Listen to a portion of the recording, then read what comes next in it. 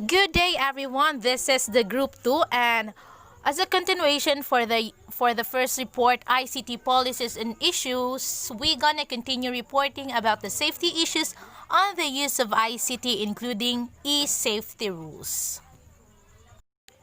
So for this topic, we gonna learn something. We can identify and explain safety issues on the use of ICT and also listed and applied e-safety rules in the use of ICT.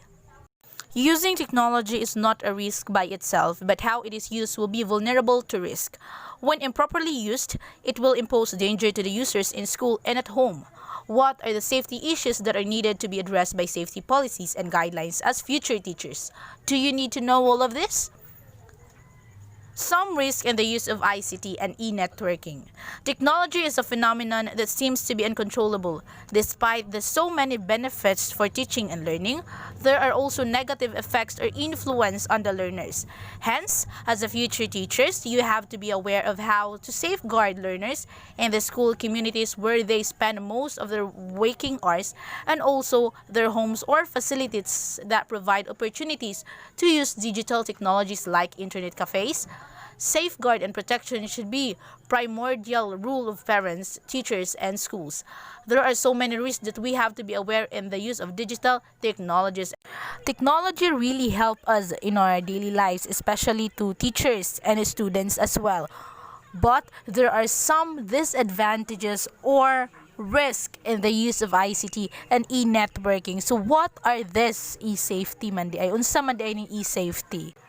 E-safety is also called internet safety, online safety, or cyber safety. So is trying to be safe on internet and is the act of maximizing a user's awareness of personal safety and security risk to private information and property associated with using the internet and the self-protection from the computer crime. While e-networking or enterprise networks is a website where people can change ideas about business and other subjects, especially one you have to pay to use. It is a career development and job search activities. So here are some of the risks in the use of ICT and e-networking. So number one is the exposure to inappropriate content, including online pornography, extremism, exposure to violence associated with racist language. ICT can also use to ruin someone's reputation. For example, politics. They can use ICT or social media aron mo spread og gossip towards sa opponent or mo compare og mga politics in order nga mas mo high sila. Also, it can comparison sa lain-lain nga culture nga mas better sila na culture, and I know you are familiar with that, online pornography. Risk number 2 is a lifestyle website like self-harms and suicide sites and hate sites. So we have these sites or mga page on Facebook na imbis na mo encourage is mo discourage noon because we don't know someone's emotion na ng adlaw and it can cause someone's to trigger that can cause them to think or overthink. We must be careful. Risk number 3, cyberbullying in all forms, receiving sexually explicit images or messages. I know familiar na ni sa tanan, so let's proceed with number 4, the privacy issues including disclosure of personal information. So right now, na mga hackers, na mga kusog kay mga hilabot sa itong mga account and sometimes ma-disclose siya or mahack yun siya o di nato ma-open. Risk number 5, health and well-being, amount of time spent online, internet gaming, and many more. And I know that nakabantay mo ni sa inyong self that you spend more time online than have a personal communication sa inyong family. Risk number 6, prolonged exposure to online technologies, particularly at an early age. Mga bata nowadays is grabe kalulong sa gadgets. They spend more time good sa gadgets. Masuko na kung kuhaan og gadgets. Risk number 7, addiction to gambling and gaming. Naay mga games nowadays nga mahimo siyang gambling because we will spend money in order nga makagain pug ka. Also gaming such as some kay addicted karon nowadays on what we call Mobile Legends nga game. Risk number 8, theft and fraud from activities such as phishing. So phishing, a type of social engineering attack often used to steal user data including login credentials and credit card numbers. Risk number 9, viruses, trojan, spyware and other malware. So there are so many types of viruses nowadays. Because I'm so careful, but nagay mga virus anywhere. Risk number 10, social pressure to maintain online networks via texting and social networking site. Because we too much engage online, daghan gyud ang pressure gani through online. Via texting ra gani, basta grabe ka easy ang mga butang right now. But we need to be careful in using ICT and e-networking. Minor misuse of ICT. In school, some minor misuse made by learners include the following: copying information into assignment and failing to acknowledge the source, and this can lead to plagiarism and copyright infringement. Yes, it is very common sa mga eskwelahan, panaglitan i-google na lang sa mga estudyante ang ilahang mga answers or mangita sa laing libro. Dayon ilan ning mabuhat, maybe because dili sila aware nga in ani unday ang way nga dapat i-acknowledge ang mga authors, or sa pagdinali para lang makapas. Second is downloading materials not relevant to their studies. Murag parehas anang maga-download og apps like TikToks or Mobile Legends, dayon dili man na sila importante sa ilahang studies kay makadistract man na sa ilahang pag-eskwela. Next is misconduct associated with subject logins such as using someone else's password. Parehas anang palitan mo mag-Facebook sa computerin, dayon malimot ka og log out sa imuhang account, dayon naay mo banos, dayon di na lang kakabantay nga ag imuhang account kay gigamit na sa lain, dayon gipang binuangan. Next is leaving a mobile phone turned on during class period. Diba kanang sa classroom muan na may maestra nga muan nga dili jud na siya dapat ay ipa-off jud ang cellphone kay maka-distract man sa klase kung pananglitan nay mo magatingog-tingog ang cellphone, so makabalda na siya sa klase. Next is unauthorized taking of pictures or images with a mobile phone camera still or moving. So dapat kung mag-picture og lain kay dapat mananghid labi na og dili nato kaila ang atong picturean. So let's talk about e-safety. E-safety takes care not only on internet technologies but also of electronic communications via mobile phones, games, consoles, and wireless technologies. So, ang e-safety will give us security kung mugamit ta og mga technologies, mga gadgets, as well as gadgets. It highlights the need to educate children and young people about the benefits, risks, and responsibilities of using information technologies. So, ang e-safety di ay maghatag na to og knowledge, especially sa mga young ones, kung unsay mga benefits nga mahatag sa technologies as well as the risks kung ma-abuse or ma-misuse nato ang paggamit sa technologies, as well as our responsibilities in using information technologies. Here are some issues of e-safety. First, e-safety helps safeguard children and young people in a digital world. So, ang e-safety maghatag og security sa mga bata kung mogamit sila og mga technologies, mga gadgets, kay kasagaran mga bata ron mas maayo pa mo utingkay og mga technologies, mga gadgets kaysa sa mga dagko na. So they are not aware sa mga risks nga madala sa technology. So ang safety mo educate sa mga bata or maghatag og security.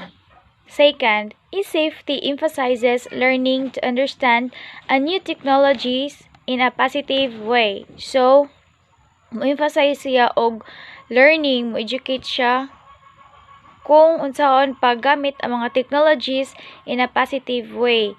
Mga limitations, mga ethical dilemmas, mga responsibilities in using technologies. Third one is safety. Educate children about the risks as well as the benefits so we can feel confident online. So, excuse me. Ang safety, pareha sa akong ingon ganiha, muhatag siya og security sa mga bata. Og muhatag po siya og benefits para we can feel confident online. Next, eSafety supports young learners and adults to develop safer online behaviors both in and out of school. So there we can develop our self-discipline in dealing with technologies. So mo na siya gamit sa eSafety. Maghatag siya og securities nya will educate young ones and young people kung unsaon pag gamit sa mga technologies in a positive way, mga benefits, mga risgo nga mahatag sa technology when they abuse and misuse it. So that is a safety. Network management. A. Safety in the use of network in schools. So from this category, safety in the use of network in schools, let's imagine we are going to a computer lab and apply these safety rules. First, make clear that no one should log on as another user. As we go off to a computer lab, the first thing we do, if it is already on, is we need to log on as a user. Make sure that there is no another user from the computer, because if there is, it could cause a big problem. Second, require all users to always log off when they have finished working. After using the computer, you must log off your account to ensure your account's safety and security. Third, maintain equipment to ensure health and safety. It means always maintain your equipment clean and must follow the health and its safety. Fourth, provide students with access to content and resources through guided e-learning. As this pandemic strike, e-learning is implemented, so the learning experience is different, but they guide us from e-learning, so their content must be coordinated to its corresponding topic to its subjects. Fifth, set up a clear disaster recovery system in place or critical data that includes secure remote backup of critical data.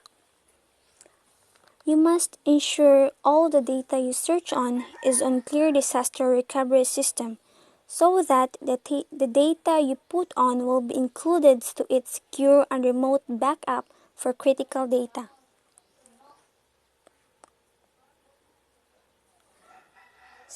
Sixth, secure wireless network to appropriate standards suitable for educational use. The secure wireless network should be related to educational use so that it meets or corresponds the appropriate standard. 7. Install all computer equipment professionally and meet health safety standards.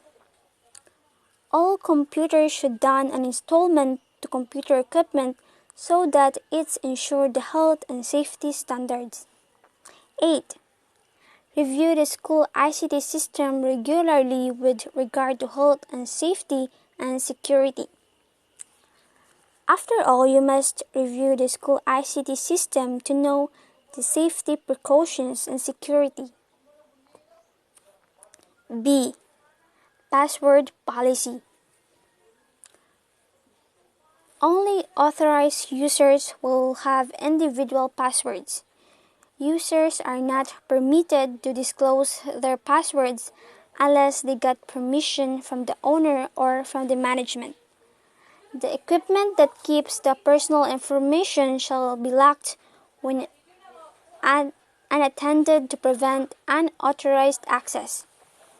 For example, as we go on to a computer shop, the computer itself is only authorized by its owner, so you must not use the authorized user if you don't ask permission to the owner.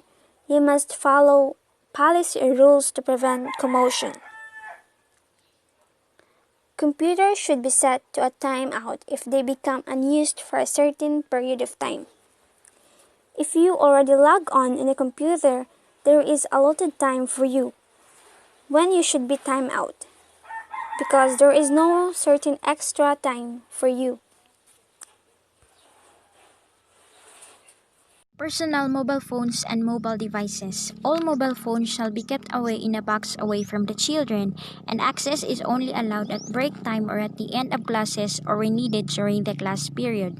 So dapat ang mga mobile phones and mobile devices sa mga estudyante kay i-collect or i-confiscate ka para dili sila matintal or ma-distract kung unsa ilang pangkuri-kurion sa ilang mga cellphones during class hours.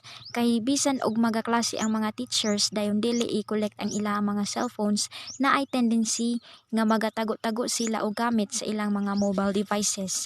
Next is cameras. Taking pictures only from parents or caregivers and not from any other family member or friend while the child attends class. So dapat ang naay authority nga mo picture sa bata is ang ilarang family, dili ang lain nga family or even ang friend nila. Any picture taken of children shall be on camera solely for the purpose. So dapat ang picture nga na-take nila kay na ay purpose o kana nga purpose kay dapat sa maayo o nga dili makadaot sa bata or sa estudyante. Setting up an educational technology room. Schools that plan to dedicate a room where the students can access technologies for learning should include the following basic safety rules. So, the importance of setting up technology in classroom is that teachers can effectively integrate technology in subject areas. So, ang technology makatawang sa teaching and learning and more meaningful and fun. It also can enhance individual learning. Second, provide tilt tables. These tables can be tilted and adjusted to the height of the users. So, tilt table has an excellent function in both examination and treatment work.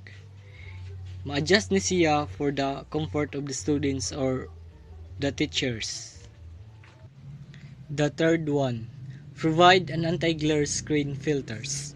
So, the anti-glare screen is a surface that features a layer of coating that does not reflect light. So, this anti-glare filter ni siya sa light reflected from the servers. It helps decreasing the viewing angle of monitors. Provide an adjustable chairs. So, adjustable chairs, it can support a shape of the spine. So, this adjustable chairs prevents from slumping and reduce stress on the spine and the pelvis. Then, provide foot support. Make sure lighting is suitable. Make sure workstation are not cramped. Then lastly, plan work at computer so that there are frequent breaks. So, the benefits of using technology. It improves engagement, so the students are more interested in the subject they are studying. Ang estudyante maka-learn and besides they can have fun and enjoyable moment in terms of teaching some things in new ways. Improves knowledge retention. So, students are engaged and interested in the things they are studying and have better knowledge retention. So, it can encourage active participation in the classroom within the teachers and the learners. Encourage collaboration. Students can practice collaborative skills by getting involved in different online activities. So, example ani kay sharing documents on their virtual learning environments. Students can learn useful life skills through technology, skills that is very useful in 21st century, such as leadership, communication, improving motivation and productivity, application of practical skills, and maintaining proper etiquette. More specifically, safety rules that can reduce risk and accidents in the working station should include no trailing wires across or around the room which people can trip on. Electrical equipment should be safety tested or least once a year. There should be adequate space around desks for people to move. Electrical sockets should not be overloaded. Bugs and obstacles should be stored out of the way. Food and drinks should not be placed near machines. Heating and ventilation should be suitable for the working environment. Fire extinguisher should be available. Fire exits should be clearly marked and free from clutter. A safety and healthy workplace can makaprotect sa workers from injury and illness. It can also lower injury illness cost. Can makareduce og absenteeism and turnovers. It also increase productivity and quality. In other words, safety is good for business. It increases workers' compensation insurance costs. Why safety rules is important in workplace? So, following guidelines keeps employees healthy and protect their well-being. Sa diring pamaagi, they can perform their jobs effectively and be confident that they don't have to worry about being injured or suffering from an illness. Those are the safety issues and the use of ICT, including e-safety rules. Good day and God bless us all.